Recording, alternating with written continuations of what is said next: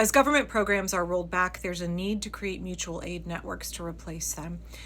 There was a time when fraternal organizations functioned as medical, fire insurance, disaster relief, food aid, etc. Yeah, thank you for this comment. I've been saying this for several months, and I know that my state representative, Thuy Tran, has been saying the same thing, that as we are watching the Trump regime gut the programs that our tax dollars are supposed to fund that care for our communities, that we are going to have to step in and fill the gap. Unfortunately, our tax dollars are not coming back to us. They are now going into the pockets of billionaires.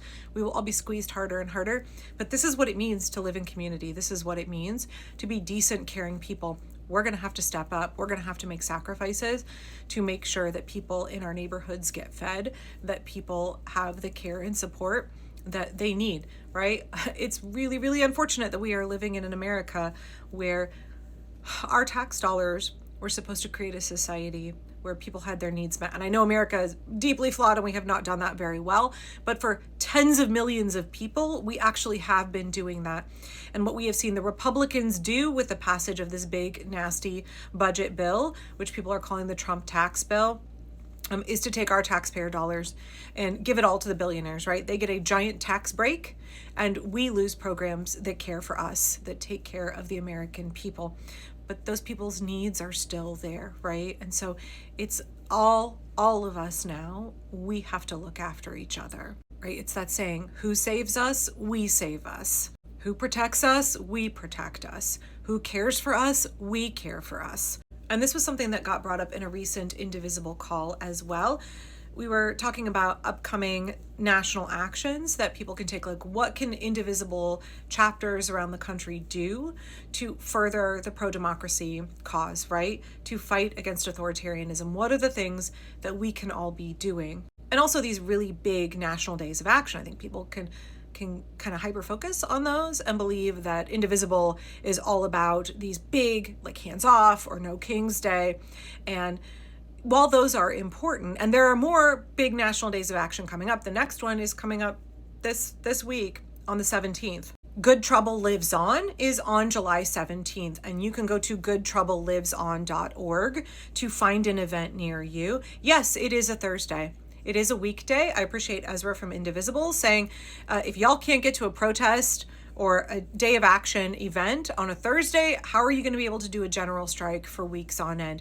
Make a sacrifice and show up to a weekday event. So Good Trouble Lives On is to celebrate John Lewis. It is all about pushing back against the erosion of civil rights in the United States. It's all about understanding the struggle for civil rights in this country is ongoing, and we must be persistent in pursuing it. There are marches and rallies planned all over the country, as well as people who are hosting events where they are screening John Lewis's biography. There are folks who are doing volunteer work on that day. All kinds of events. Go to goodtroubleliveson.org to find the one near you. This event is being put on by the Transformative Justice Coalition, Black Voters Matter, League of Women Voters, the Leadership Conference on Civil and Human Rights, and many, many, many other organizations, including Indivisible and 5051. Indivisible is already talking about a National Day of Action on June 26th, although it's not clear what shape that's going to take yet. But there's so much more that is involved in the defense of democracy and protecting our communities from fascism. And a big part of that has to be mutual aid. I appreciated in this last call that Ezra and Leah were saying we need more mutual aid from Indivisible chapters all over the country. We need things like rapid response teams that are doing the work of making sure that immigrants are notified and cared for when their family members are snatched by ICE, that we are seeing folks who are now not able to get access to food aid being fed by folks in their neighborhood, right? We need to make sure that these basic mutual aid elements are something that is not only on our radar, but we are very, very intentional about engaging in that work. That is resistance, making sure that we shore each other up, we meet each other's basic needs. That increases everybody's bandwidth, not only just to like survive in these horrible times and this terrible reality that we're in now, but also to give people the wiggle room so that they have the energy, the time, the capacity to fight back. And if we are in full survival mode, our basic needs are not getting met, we are isolated from each other, unsupported, we are going to have no capacity to fight back. And that's something that autocratic regimes know. They rely on. That is a big part of why the Trump regime has dismantled programs that care for the American people. They want you struggling. They want you being so focused on desperately trying to meet your most basic needs that you don't have any bandwidth to resist the authoritarian takeover of this country. They want you so depleted, so weak, and so like at the end of your rope, barely scraping by, that you can't stand up to them. They are counting on all of us struggling and being isolated and alone so that they can pick us off one by one. We know that autocratic regimes cannot continue when the people come together and we take care of each other and we rise up. They cannot stand against us. That's why they want you to be so preoccupied with trying to get your own personal basic needs met, right? They don't want you to reach out and connect and join hands with and hold the line with your neighbor.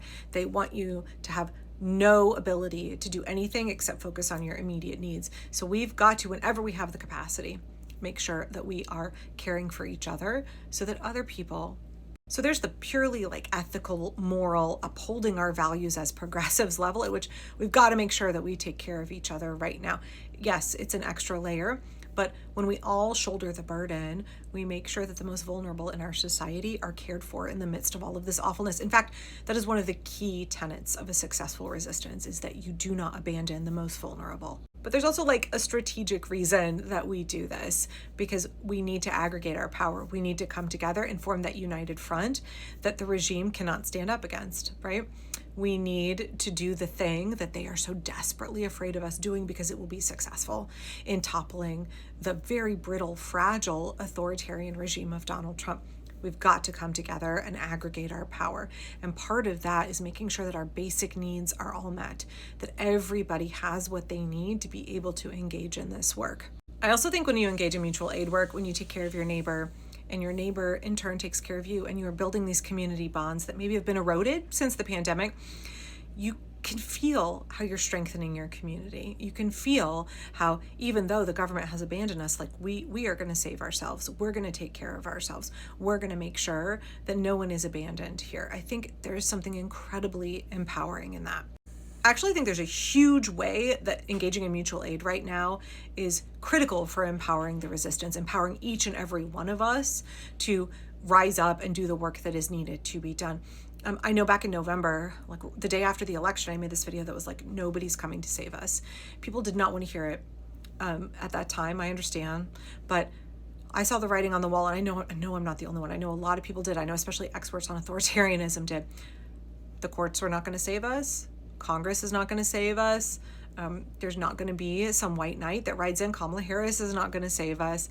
There's not going to be any business or institution that will rise up and do the work to save the American people. It's up to us to save us.